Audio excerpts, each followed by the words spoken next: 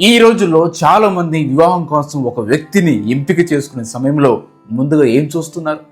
అబ్బాయి తెల్లగా ఉన్నాడా, హ్యాండ్సమ్గా ఉన్నాడా, అమ్మాయి అందంగా ఉందా, అబ్బాయికి ఆస్తులు ఉన్నాయా, అబ్బాయికి కారు ఉందా, అబ్బాయికి గవర్నమెంట్ జాబ్ ఉందా, సొంత ఇల్లు ఉందా, మన కులమేనా, మన వాళ్ళేనా?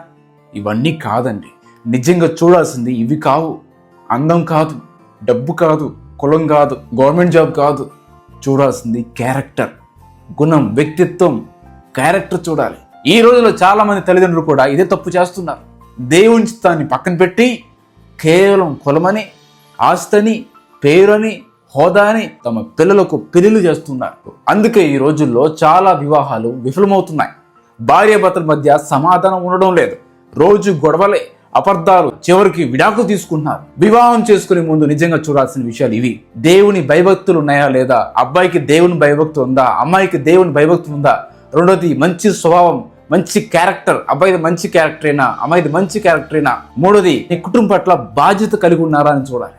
నాలుగోది అత్తామామలను తన సొంత తల్లిదండ్రులాగా చూసుకునే మనసు ఉండాలి. ప్రార్థన జీవితం కలిగి ఉండాలి. దేవుని చిత్తంలో జీవించే ఆశ కలిగి ఉండాలి. దేవుని చిత్తంలో జరిగే వివాహం నిజమైన ఆశీర్వాదం. అప్పుడు మాత్రమే భార్యాభర్తలు సంతోషంగా ఉంటారు, కుటుంబాలు ఐక్యతంగా ఉంటాయి, పిల్లల భవిష్యత్తు ఆశీర్వాదకరంగా మారుతుంది. వివాహం అంటే ఒక ఒప్పందం కాదండి. వివాహం అంటే ఏదో ఒక పండగ కాదండి. అది దేవుడు కలిపిన ఒక పవిత్రమైన బంధం. దేవుని చిత్తంలో జరిగిన వివాహమే నిజమైన ఆనందానికి మార్గం. కాబట్టి మీ వివాహం విషయంలో దేవుని చిత్తాన్ని కనుగొనండి. అందము, పేరు, ప్రఖ్యాతులు ఇవన్నీ పక్కన పెట్టి ప్రార్థన చేసుకోండి. దేవుని చిత్తంలో మీ వివాహం చేసుకోండి. మీ పిల్లలకు దేవుని చిత్తంలో జరిగించండి. అప్పుడు దేవుడు మీ కుటుంబాలని, మీ బిడ్డలని దేవుడు దీవిస్తాడు, ఆశీర్వదిస్తాడు. God bless you.